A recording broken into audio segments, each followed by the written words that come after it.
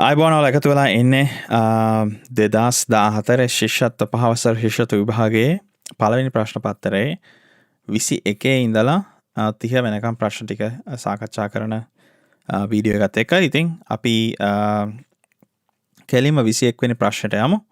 21 වෙනි ප්‍රශ්නේ තියෙන්නේ ඉරටු කෑලි වලින් හදලා තියෙන හැඩතල ගැන. ඊළඟට හැඩතලේ තමයි අහන්නේ. එක සමාන මේ W අකුර F අකුර L අකුර වගේ හදලා තියෙනවා. එක සමාන ඉරටු කැබලි යොදාගෙන සාදා ඇති මෙම රටාවේ හිස්තැනට සුදුසු පිළිතුර වන්නේ. ඉතින් මේකේ තියෙන උත්තරත් එක්ක අපිට ටිකක් හිතා ගන්න අමාරුයි. නමුත් අපි ගණනලා බලමු ඉරටු කැලේ කීයක් තියෙනවද? W එක හදන්න ඉරටු කැලේ 1 2 3 4ක් පාවිච්චි කරලා තියෙනවා. මේකට 3යි මේකට 2යි.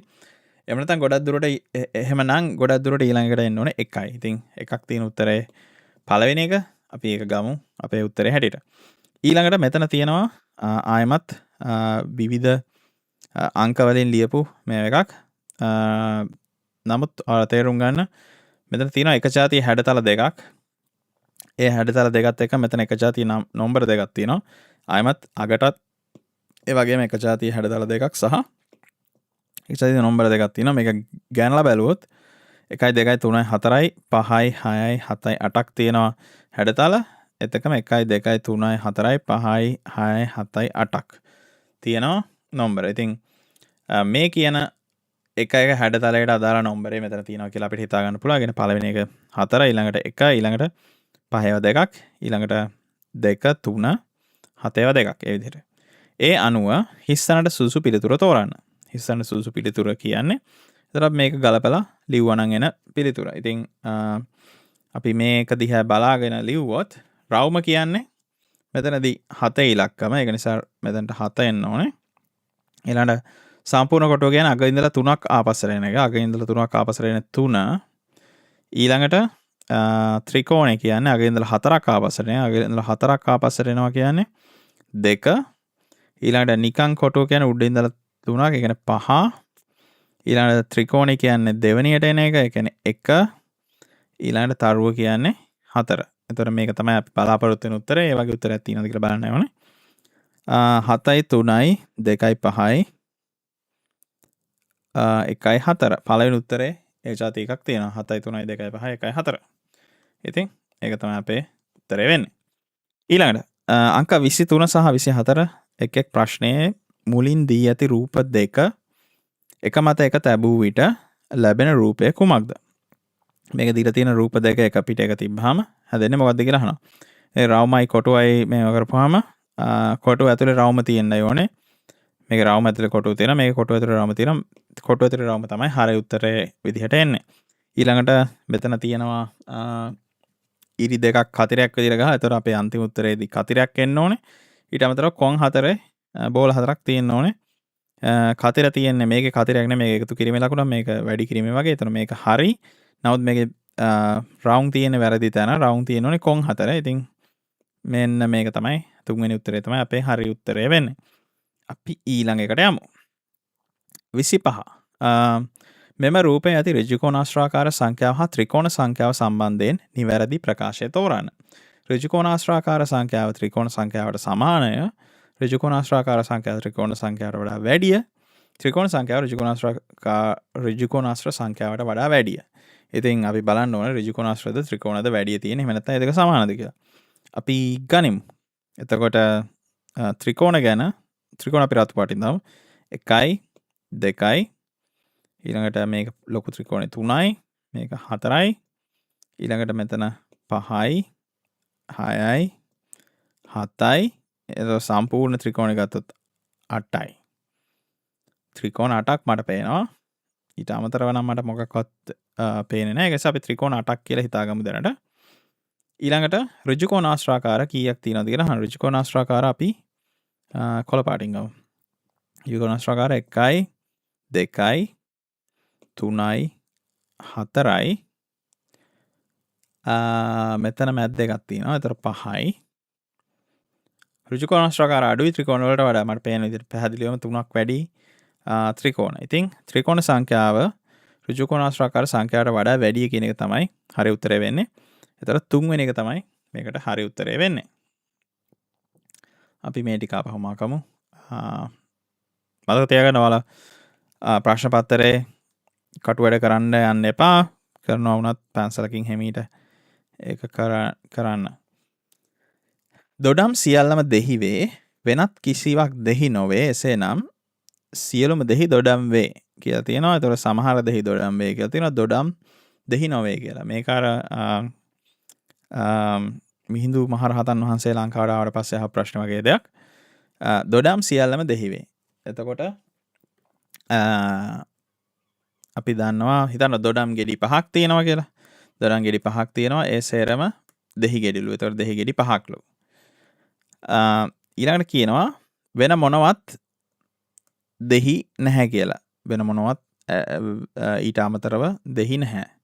එතකොට අපිට කියන්න පුළුවන් එහෙමනම් මේ තියෙන දෙහි ගෙඩි සියල්ලම දොඩම් කියලා. මොකද දොඩම් සියල්ලම දෙහි වෙනවා. වෙන අමතර දෙහිත් නැත්තම් ඒ කියන්නේ දෙහි සේරම දොඩම් තමයි කියලා.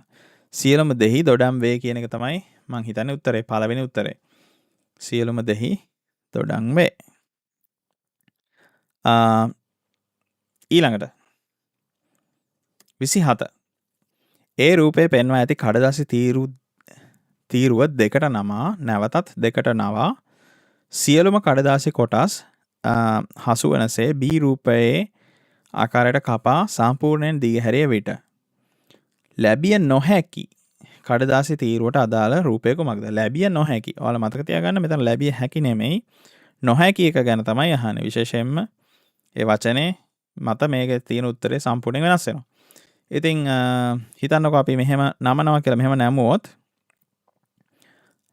කපන පැත්ත අනුව මේක වෙන්න පුළුවන් එක්කෝ මෙහෙම එකයි මෙහෙම එකයි මෙහෙම එකයි මෙහෙම එකයි වෙන්න පුළුවන්. එහෙම නැත්නම් ඒකේ සම්පූර්ණම අනිත් පැත්ත වෙන්න පුළුවන්. මෙහෙම වැරදුනා.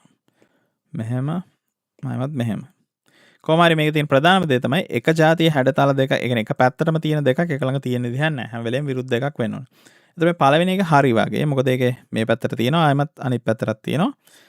ඒක හරි වගේ. දෙවෙනි එක වැරදි ගොඩක් දුරට. තුන්වෙනි එක ආයෙමත් හරි වගේ. ඉතින් එතකොට හරි උත්තරය වෙන්නේ දෙවෙනි එක.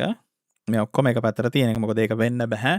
මේක මෙන්න මේ කියන දාර වලින් නැමුවා නම් අනිවාර්යයෙන්ම කෑලි කපනකොට මේක හැදෙන එක මීට නිකන් කණ්ණාඩියෙන් අනිත් පැත්තට තිබ්බා වගේ රූපයක් නෙවෙන්න ඕනේ. ඒ නිසා. ඉතින් එහෙමනම් අපි ඊළඟ එකට යමු. රටාව අනුව අංක 28 සහ 29 ප්‍රශ්නවල හිස්තැනට සුදුසු සංඛ්‍යාව තෝරන්න. රටාව අනුව. ඉතින් දැන් මේක ආපහු රටාවක් තේරුම් ගන්න තියෙන්නේ.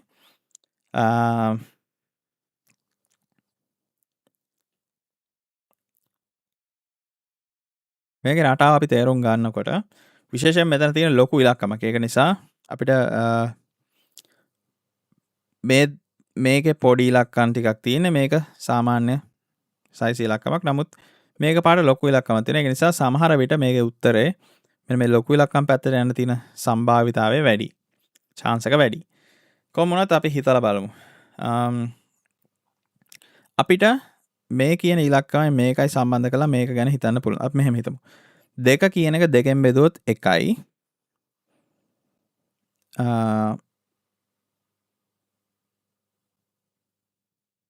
දෙක කියන එක 2කින් බෙදුවොත් 1යි. එක් වරක් එකත් 1යි. එහෙම හිතුවොත් 24 කියන එක 2කින් බෙදුවොත් 24 කියන එක 2කින් බෙදුවොත් 12යි. එතකොට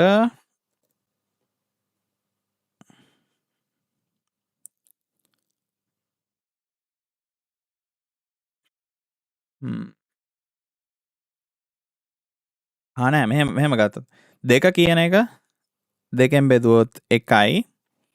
1 කියන එක 1කින් බෙදුවොත් ඒත් උත්තරේ 1යි.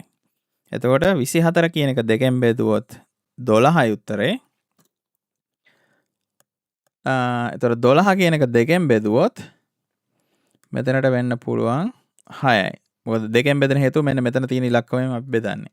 ඒ නිසා එහෙම බැලුවොත් මේකට උත්තරේ 6 කියන එක ගොඩක් දුරට අපිට ගැලපෙනවා. ඒ නිසා අපි ඒකට උත්තරේ 6 කියන එක ගමු. මොකද ඒක රටාවට ගැලපෙන නිසා. රටාව තමයි එක එකෙන් වැඩි කරපුහාම එන උත්තරේ දෙකෙන් වැඩි කරන්න එක එකෙන් වැඩි කරපුහම එකයි එක දෙකෙන් වැඩි කරපුහාම දෙකයි. එතොට 6 දෙකෙන් වැඩි කරපුහම 12යි 6 වරක් දෙක 12යි 12 දෙකෙන් වැඩි කරපුහම 24යි. ඒක තමයි අපේ රටාව.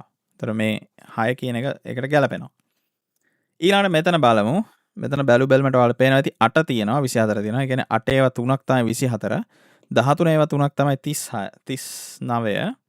එතකොට 18 ඒවා 3ක් තමයි එන්න ඕනේ උත්තරේ. 18 වරක් 3 කියන්නේ 54යි. ඒක හදන්න හරියට මතක නැති කෙනෙක් ඉන්නවා නම් 18 තක් ගාලා 3ෙන් වැඩි ගන්න. 8 වරක් 3 24න් 4 දැම්මා. ඉතුරුයි 3ක්. 3 වරක් එක 3යි. ඉතුරුයි 2ක්. 3 වරක් එක 3යි 2යි 5යි 54යි. දැන් උත්තරේ 54. ඊළඟට 30 වෙනි ගානට අපි යමු. 30 වෙනි එකේ තියෙන්නේ 175 125 141 සහ 132 යන සංඛ්‍යා ආරෝහණ පිළිවෙලට ලියූ විට ආරෝහණ කියන්නේ පොඩි එකේ ඉඳලා ලොකු එකට ආරෝහණ පිළිවෙලට ලියූ විට ලැබෙන පළමු සංඛ්‍යාවෙන් පළමු සංඛ්‍යාවේ තුන්වෙනි සංඛ්‍යාවත් මැද ඉලක්කම් පිළිවෙලට මේක වැඩ කිහිපයක් තියෙනවා කරන්න. එකක් මේ ඉලක්කම් ටික ආරෝහණ විදියට හදන්න ඕනේ. ආරෝහණ විදියට හදුවොත් අඩුම එක 125 එක තමයි 1.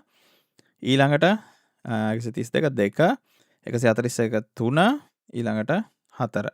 එතකොට කියනවා පළමු සංඛ්‍යාවෙත් තුන්වෙනි සංඛ්‍යාවෙත් පළමු සංඛ්‍යාවෙත් තුන්වෙනි සංඛ්‍යාවෙත් පළමු කියන්නේ 125 තුන්වෙනි සංඛ්‍යාව කියන්නේ 132. ඒකේ මැද ඉලක්කම් අහන්නේ. 125 මැද ඉලක්කම 2 තුන්වෙනි එක 141 2යි 4යි තමයි එතකොට උත්තර වෙන්නේ. 2යි 4යි උත්තර තියෙන්නේ දෙවෙනි උත්තරේ. එතකොට 30 වෙනි එකට උත්තරේ වෙන්නේ 2. එහෙනම් අපි මේ ප්‍රශ්න 10 කරලා ඉවරයි. ඉතින් 31 වෙනි එකේ ඉඳලා 40 වෙනකන් තියෙන ප්‍රශ්න ටික අපි ඊළඟ වීඩියෝ එකේදී කරමු. ආයෙත් මතක් කරන්නේ ඔයාලට තේරෙන දෙයක් තියෙනවා නම් පෝස්ට් දාලා වීඩියෝ එක නතර කරලා හෙමීට බලලා තේරුම් අරගෙන ඉස්සරහට යන්න. ඊට අමතරව යම් කිසි දෙයක් ඒත් තේරෙන්නේ නැත්තම් පොඩක් ආපස්සට දාලා ආපහු දෙපාරක් තුන් පාරක් අහලා බලන්න මේ ප්‍රශ්නේ කොහොමද අපි කතා කළේ කියලා. මම කියන වේගෙ වැඩි නම් නමුත් මම හිතන්නේ මේක වේගෙ වැඩි කියලා. මොකද අපිට මේ ප්‍රශ්න 10 කරන්නත් විනාඩි 12ක් ගියා.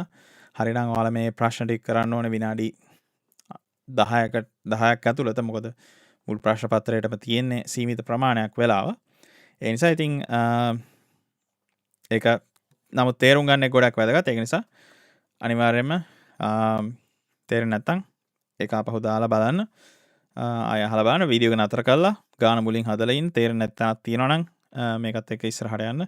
ඒක එතකොට තමයි ගොඩක් හොඳට පුළුවන් වෙන්නේ කරන දේ. ඉතින් ඒත් එක්කම මොනවා හරි ප්‍රශ්න පත්‍ර තියෙනවා නම් මීට අමතරව අපි කරන්න ඕන දේවල් ඒ ගැනත් කමෙන්ට්ස් වල දාන්න. එතකොට අපි ඒවා ඊළඟ වීඩියෝ වලදී අරගෙන බලාපොරොත්තු වෙනවා. එහෙමනම් දැනට අපි නතර වෙනවා. බොහොම ස්තුතියි නරඹුවට. 31 ඉඳලා 40 වෙනකන් ටික අපි ඊළඟ වීඩියෝ එකේදී කරමු.